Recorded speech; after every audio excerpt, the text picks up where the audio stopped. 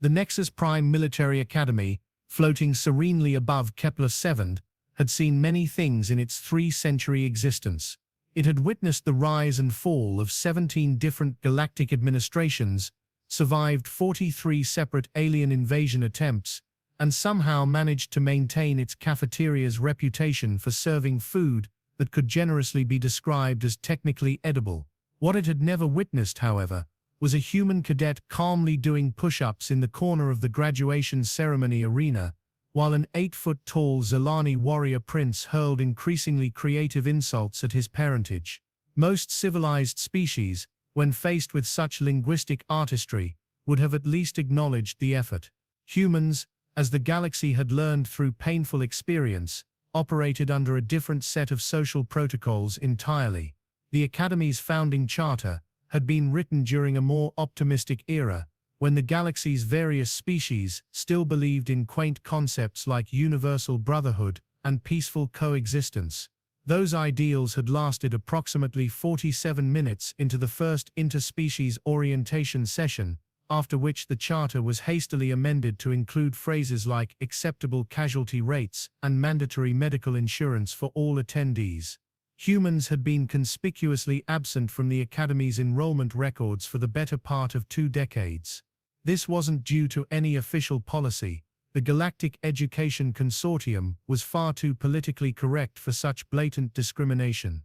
Instead, it was more of an unspoken understanding, the kind that emerges when your species has developed a reputation for solving diplomatic crises by introducing them to the business end of a kinetic projectile weapon. The term Deathworlder wasn't technically an insult in galactic standard, though it carried roughly the same social weight as describing someone's mother as aggressively territorial, or their homeworld as experiencing minor geological enthusiasm. It was a clinical designation for species that had evolved on planets where the local wildlife had developed an unhealthy obsession with creative methods of homicide. Earth, as it happened, scored a perfect 10 on the Galactic Hazard Assessment Scale. The fact that humans had not only survived but thrived on such a planet was viewed by the galactic community with the same mixture of awe and terror typically reserved for natural disasters or tax audits. Cadet Marcus Rodriguez represented the first human to darken the Academy's doorstep since the infamous incident of 2387, which had resulted in the permanent addition of several new structural support beams to the East Wing, and a standing order that all future human applicants be thoroughly screened for excessive enthusiasm regarding explosive devices.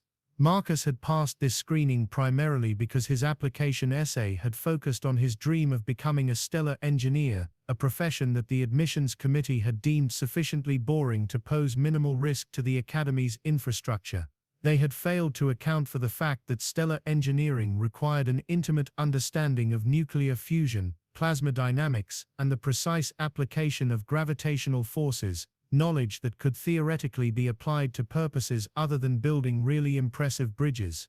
The graduation ceremony had been proceeding with all the dignified pomp that 3 centuries of tradition could muster. The Valdorian choir had performed their haunting melody about the noble sacrifice of academic achievement. The Andromedan delegation had presented their traditional gift of crystallized mathematics, and the keynote speaker, a distinguished Keth philosopher, had delivered a stirring address on the importance of intellectual humility that had managed to put roughly half the audience into a meditative trance. Everything had been going according to plan until Vexter Highclaw decided to make his presence known. Vexter represented everything the Academy's admissions committee loved in a prospective student: impeccable breeding, family connections stretching back to the Third Galactic Dynasty, and a personal combat record that included victories over 17 different species in formal dueling situations. He also possessed the kind of arrogant self-confidence that could only be achieved through a lifetime of never being told no by anyone lacking the appropriate number of zeros in their bank account.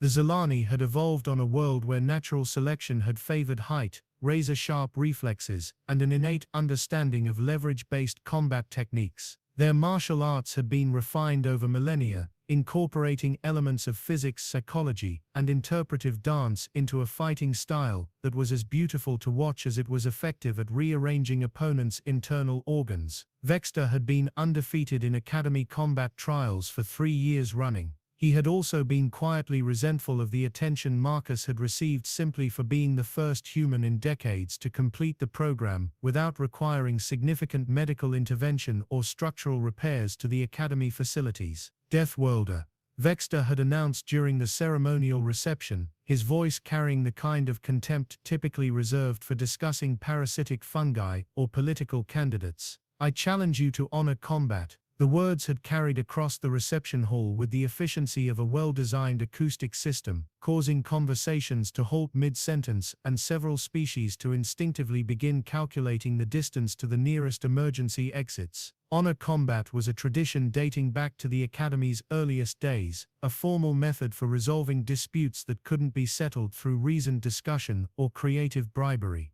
The rules were simple: 2 participants, no weapons. Combat continued until one party yielded or became incapable of continuing. Winners received bragging rights and the profound satisfaction of being right. Losers received medical attention and the opportunity to reflect on their life choices. Marcus had looked up from his conversation with a Centaurian mathematics professor, considered the challenge for approximately 3 seconds, and nodded once. Acceptable. The response had been delivered with all the emotional intensity of someone agreeing to share a lunch table, which had somehow made it infinitely more unsettling than if he had responded with threats or bluster. The Academy's faculty had immediately sprung into action with the kind of coordinated panic typically associated with natural disasters or surprise inspections from the Galactic Education Oversight Committee. Dean Velkin had attempted to invoke the mutually assured destruction clause that allowed Academy officials to cancel honor combats if they posed a significant risk to the structural integrity of the institution. Professor Tholvar had tried to interest both parties in alternative dispute resolution methods, including mediation, arbitration, and a strongly worded letter of disapproval.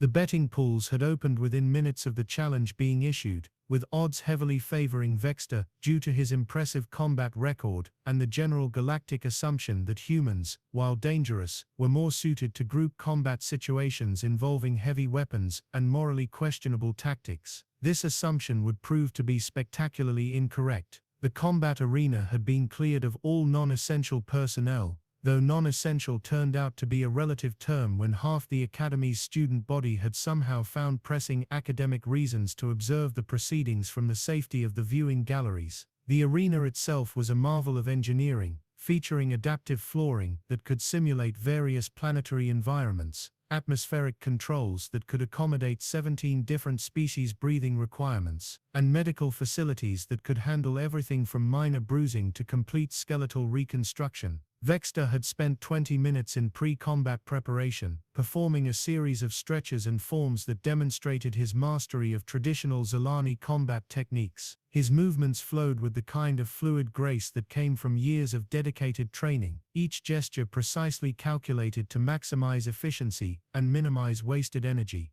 Marcus had spent the same 20 minutes doing push-ups in the corner and occasionally checking his chronometer. "You should withdraw," Vexter had suggested as they approached the center of the arena. "I have trained in 17 different combat forms. I have studied the art of war for 15 years. I have defeated opponents from every major species in the galaxy." "That's nice," Marcus had replied, rolling his shoulders experimentally. "I learned to fight in Detroit." The comment had meant nothing to Vexter, who had never studied Earth's urban development patterns or their impact on local combat techniques. This would prove to be a significant oversight in his pre-combat intelligence gathering. The ceremonial countdown had begun, delivered by the Academy's ancient ceremonial droid in a voice that had been programmed to convey both gravitas and the appropriate sense of impending doom. "Combatants, prepare yourselves. Combat will commence in 10 seconds. Vexter had assumed his opening stance, a position that showcased his species' natural advantages in reach and flexibility while maintaining optimal defensive positioning. It was a stance that had served him well in dozens of previous encounters, a perfect balance of offensive potential and defensive stability. Marcus had simply stood there, hands at his sides, looking mildly interested in the proceedings. 5 seconds, the droid had announced. The crowd had fallen silent, the kind of expectant quiet that preceded either great triumph or spectacular disaster. In the viewing galleries, various species had begun employing their traditional methods of dealing with stress. The Valdorians had begun harmonizing quietly, The Andromedans had started calculating probability matrices, and the humans in attendance had started recording everything on their personal devices. 3 seconds. Vexter had begun his mental preparation, running through the opening sequence he had selected for this encounter. A feinted high strike to draw the human's guard up, followed by a low sweep to destabilize his footing. Then a finishing combination that would end the match quickly and decisively. 2 seconds. Marcus had shifted his weight slightly, a movement so subtle that most of the audience hadn't even noticed it. Those who might have wondered why he appeared to be leaning forward rather than settling into a defensive position. 1 second. Begin. What happened next would be discussed in academic circles for decades to come, analyzed by combat theorists, and used as a case study in the fundamental differences between species that evolved in civilized environments and those that had spent millions of years perfecting the art of creative violence. Vexter had launched himself forward with the kind of explosive speed that had made the Zilani famous throughout the galaxy. His opening strike had been a thing of beauty, a perfectly executed technique that combined the grace of classical combat forms with the brutal efficiency of modern warfare. It was the kind of move that should have ended the match in the first exchange, leaving his opponent stunned and defenseless. The strike had connected with Marcus's shoulder with enough force to shatter the bones of most species. The impact had produced a sound like a sledgehammer hitting a tree trunk, followed by a moment of absolute silence as everyone waited to see the human crumple to the ground. Marcus had absorbed the blow without moving. More accurately, he had absorbed the blow, processed the information about his opponent's strength and reach, and immediately formulated a response that took into account 17 different variables, including leverage, momentum, and the precise angle of Vexter's approach. The human had stepped inside Vexter's guard with a movement that looked deceptively casual, like someone stepping aside to let a friend pass in a crowded hallway. The reality was somewhat more complex. Marcus had used Vexter's own momentum against him, redirecting the Zilani's forward motion while simultaneously positioning himself at the optimal angle for a counterattack. By the second, Vexter had realized that his supposedly devastating opening move had not only failed to damage his opponent, but had somehow left him in a tactically disadvantageous position. This was not part of any combat scenario he had trained for. By the third second, Marcus had delivered what humans euphemistically referred to as a love tap, a short, sharp strike to Vexter's solar plexus that had been calculated to cause maximum disruption to his opponent's breathing and balance without causing permanent damage. By the fourth second, Vexter had discovered that his carefully cultivated reputation as a master of 17 different combat forms was significantly less impressive when he couldn't actually breathe. By the fifth second, the crowd had begun to realize that something was going very wrong with their assumptions about this encounter. By the sixth second, Marcus had followed up his initial strike with a simple hip throw that utilized basic principles of physics and leverage. The technique itself was nothing special. It was the kind of move that could be taught to beginners in any decent martial arts program. The execution, however, was flawless. By the seventh second, Vexter had experienced the unique sensation of having his entire worldview literally turned upside down as he found himself airborne, rotating through a trajectory that would have been mathematically impressive if he hadn't been too busy trying to figure out how to land without breaking anything important. By the eighth second, the match was over. Vexter had hit the arena floor with the kind of impact that suggested his landing strategy had been less than optimal.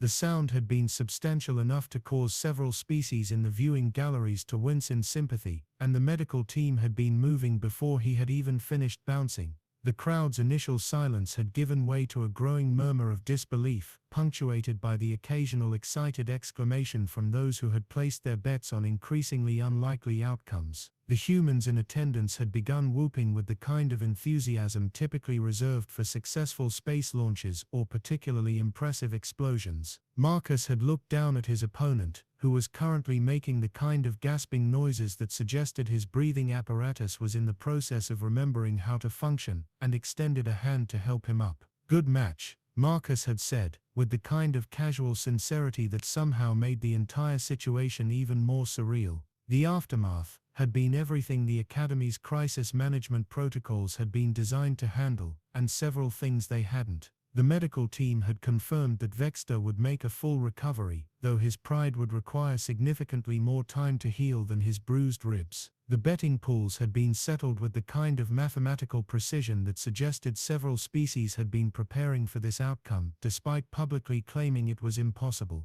The Academy's administration had immediately called an emergency meeting to discuss the implications of having a human cadet who could end formal combat encounters in less time than it took most species to properly warm up. The meeting had lasted 6 hours, and had resulted in the formation of 3 separate committees, 2 investigative subgroups, and 1 strongly worded memorandum about the importance of maintaining institutional dignity in the face of unexpected circumstances. The Galactic news networks had picked up the story within hours, transforming it from a simple Academy sporting event into a full-blown diplomatic incident. The coverage had ranged from breathless excitement about the return of human combat excellence to deeply concerned editorials about the militarization of educational institutions to at least one cooking show that had somehow managed to work the incident into a discussion about the proper seasoning of Terran-style barbecue. 3 months later, the Academy had quietly implemented several new policies regarding species-specific combat considerations and had invested in significantly more advanced medical equipment.